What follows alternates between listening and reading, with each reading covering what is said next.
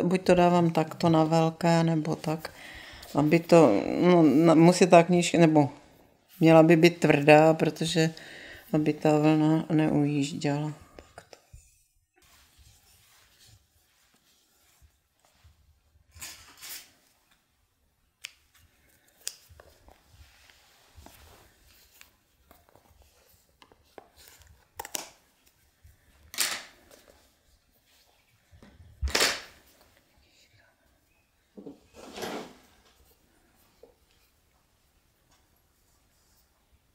No a dělá se to tak, že někde se navléká jenom jedna, to už tak musí se odhadnout, aby někde dvě do toho očka se to navléká tady do toho.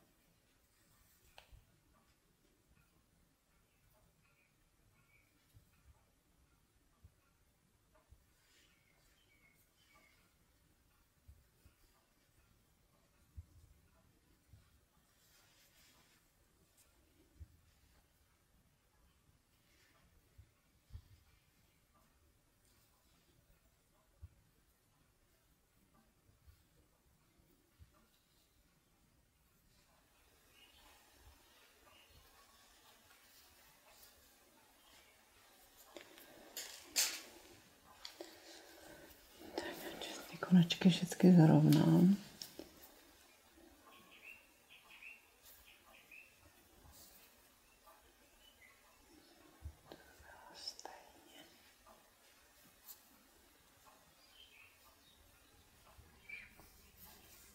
Vyrovnám. Teďka se to... No, by to bylo... Dávám tam těch 100 nití, jako to je 50 na půlku a rozdělím to na těch 10 pramínků, aby... A zase by to bylo na půlku po 10 nitkách. A teďka se to omotává, musí se to hodně stáhnout. Ten spoj, aby byl skovaný. A protože ta pletenina jako je tenší, tak tam se toho musí ty vlny namotat víc, takže já to dělám několikrát jedu, protože aby to pěkně se skovalo a hodně utahovat. Ten střed trošičku, jak když navýším.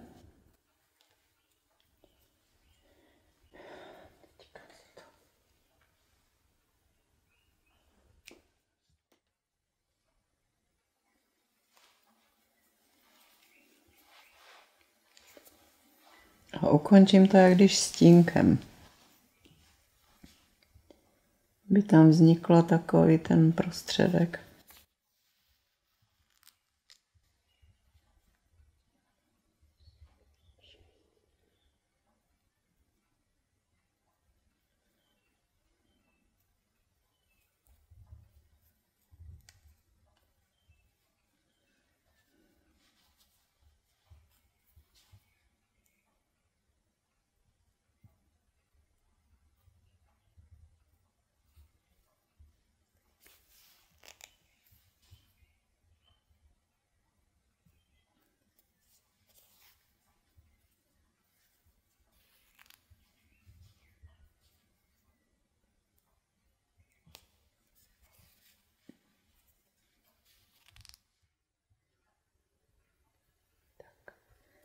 Teďka to podvleču.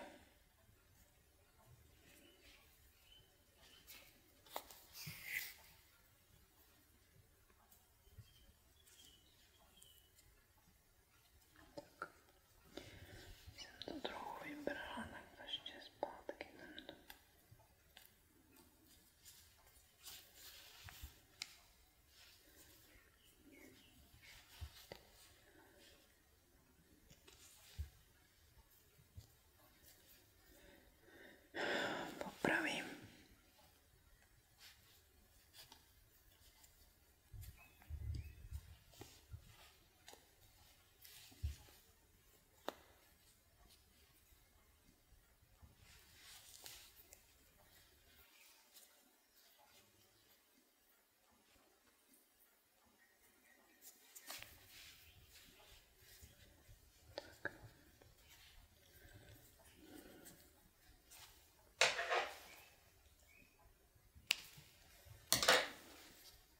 to je základ.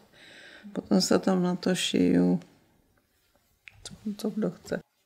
Ale většinou tam dávám jako také, když jde Nike. Nebo. Teďka si to rozdělím, a teď tady mám 48 těch nitek, tak uděláme 6 pramínků po 8.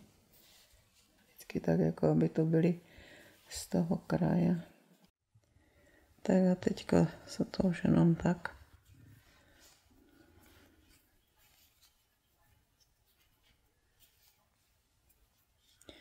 To je tenší vlna, když je jako tenší byla, mělo by se dávat víc. No.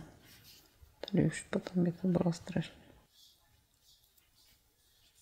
A zase to naukládat pěkně vedle sebe.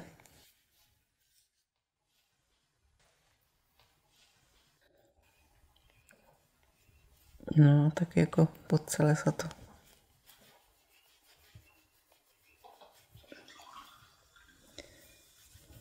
podpichne. Musí to být tu tahle, aby to držalo, a tím pádem je to dost pevná robota.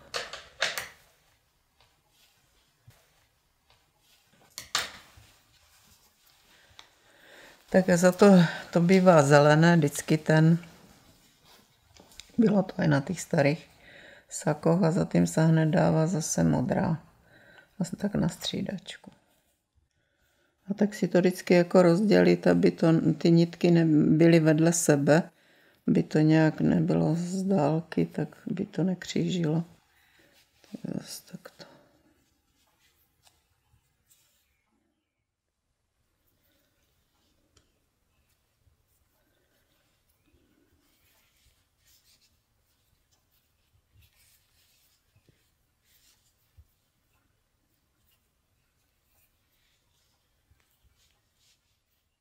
Že se toho i mulinku, ta je tež silnější. Když se nechá nedělaná, tak to také jde dobře.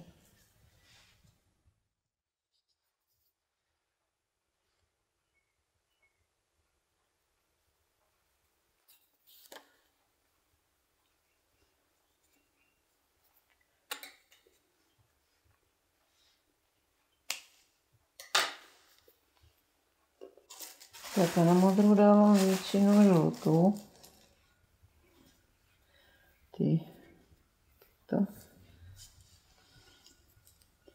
Si to napředu dělám vždycky tu proužky, protože říkám, jak jsem potom dala takto, tak už tu jehlu se mě tam špatně chodil.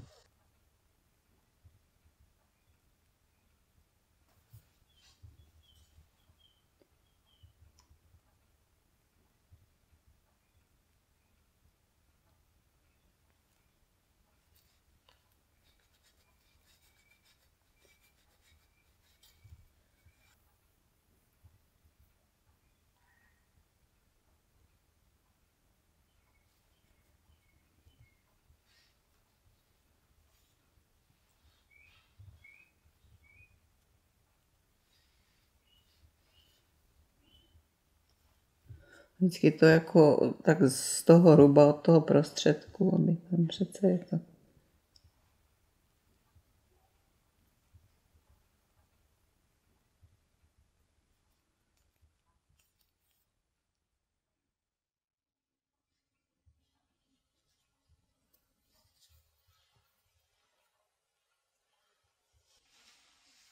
Vždycky to dvakrát omotám, aby to pěkně zakrývalo.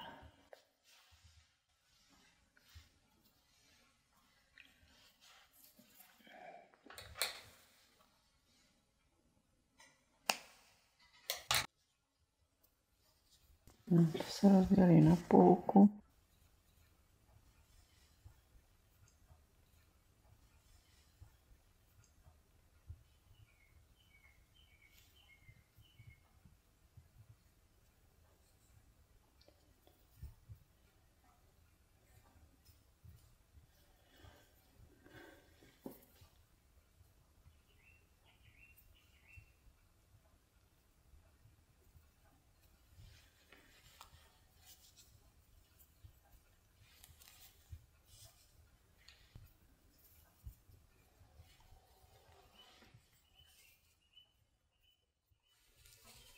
Když je silnější ten pramínek, tak se to lepší dělá. K tomu.